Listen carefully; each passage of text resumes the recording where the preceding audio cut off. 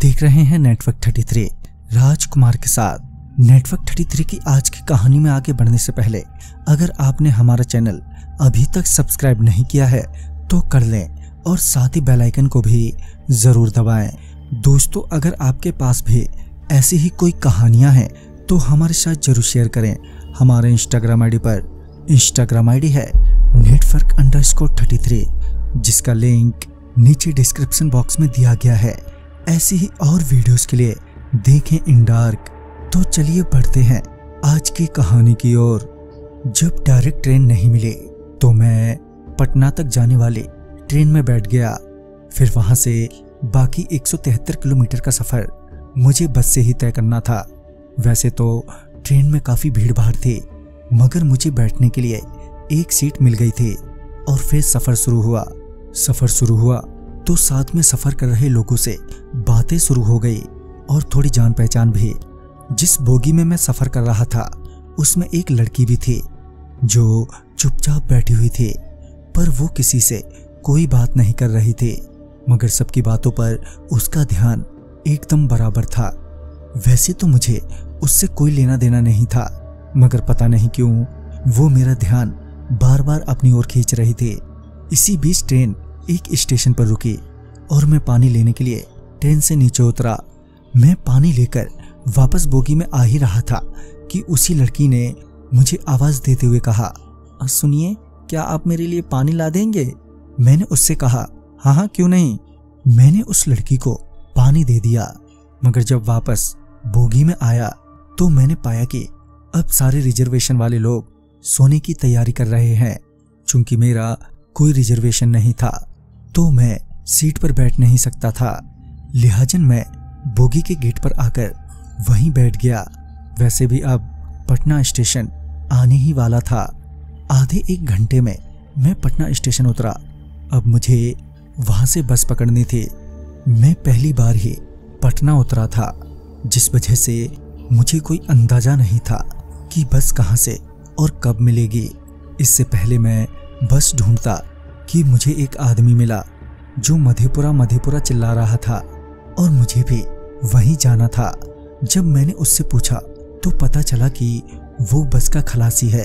फिर क्या था, मैंने अपना सामान उठाया और उसके साथ साथ बस की ओर चल दिया। वो आदमी मुझे बस के पास ले गया और बोला, आप बैठ जाइए, 10 बजे बस खुलेगी।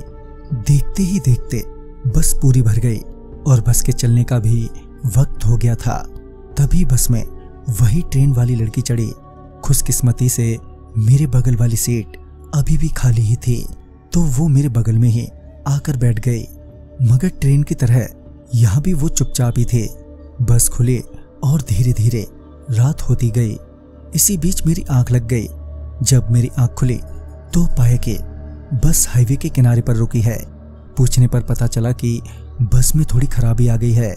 बस ठीक होने के बाद वहां से चली ही थी कि मैंने ड्राइवर से कहा, अरे भाई साहब, बस रोको, बस की एक पैसेंजर बस के बाहर ही रह गई है। इस पर बस के कंडक्टर ने बस में सबकी ओर देखते हुए कहा, कौन छूट गया है भाई, सभी तो हैं बस में।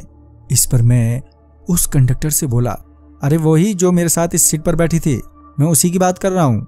मगर पता नहीं क्यों कंडक्टर साहब ने कहा, अरे यार, उस सीट पर तो कोई आया ही नहीं है, तो उतर कैसे गया?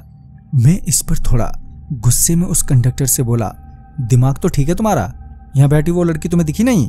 इस पर वो बोला, जब यार थी ही नहीं तो दिखेगी कैसे? साथ ही बस में बैठे बाकी के लोग भी बस के कंडक्टर का साथ देते हुए बोलने लगे, हाँ भाई, ये सीट पर तो कोई आया ही नहीं है, ये तो शुरू से ही खाली है।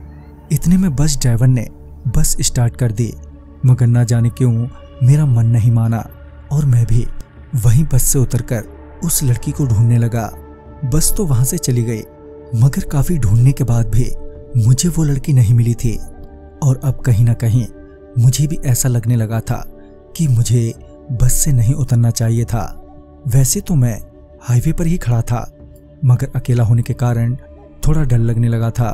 तभी मुझे एक चीख सुनाई दी जो वहां से कुछ दूरी पर मौजूद खेतों की ओर से आ रही थी। वो चीख सुनते ही मुझे लगा कि ये उसी लड़की की चीख है। मैं तुरंत ही उस चीख की ओर दौड़ा। जब मैं उस जगह पहुंचा जहां से वो चीख सुनाई दी थी, तो मैंने देखा कि वहां पर 3 मर्द हैं जो नंगे और घायल अवस्था में नीचे पड़े हुए हैं। इससे पहले मैं उनके पास जाता कि एक लंबा और बड़ा सा हाथ आया और उनमें से एक का सर पकड़कर झटके से वहां से ले गया। तभी एक जोर की चीख आई। उस चीख के बाद कुछ ही दूरी पर कुछ गिरता हुआ नजर आया। उसके बाद फिर से वही हाथ आया और फिर दूसरे आदमी का सर पकड़कर वहां से ले गया। मैं अब तक ये समझ गया था कि ये जगह बिल्कुल भी ठीक नहीं है, लिहाजा मैं दबे पांव वहां से पीछे आने लगा। तभी मेरे पांव के नीचे कुछ आकर गिरा। जब मैंने अपना पांव हटाकर देखा तो पाया कि ये उसी आदमी का सर था जो थोड़ी ही देर पहले वो हाथ अपने साथ ले गया था। ये देखते ही मैं अब धीरे धीरे चलने के बजाय पूरी जान से दौड़ने लगा और वापस हाईवे पर जाकर रुक गया। तभी एक बस भी आ गई और मैं उस बस में चढ़ गया। बस में बैठने के बाद मुझे थोड़ी राहत मिली। मैं अभी सांस ले ही रहा था कि मेरी नज़र मेरे पीछे वाली सीट पर गई, जहां पर वही लड़की बैठी थी और मुझे देखकर मुस्कुरा रही थी। उसे देखकर मेरा दिल बैठा जा रहा था। मैं अपना सर नीचे किए बस भगवान का नाम लिए जा रहा था। मैंने तब तक अपना सर नहीं उठाया जब तक मैं मधेपुरा बाजार नहीं पहुंच गया। वहां बस से उतरने के बाद वो लड़की मुझे नहीं दिखी, मगर उसका चेहरा मुझे आज भी अच्छे से याद है। तो दोस्तों, इस कहानी में बस इतना ही। कहानी आपको पसंद आई हो तो लाइक शेयर करें और साथ ही हमें कमेंट बॉक्स में जरूर बताएं। तो मैं आपका दोस्त राजकुमार जल्द ही मिलूंगा आप ही की भेजी एक नई कहानी के साथ। तब तक के लिए बाय एंड टेक केयर।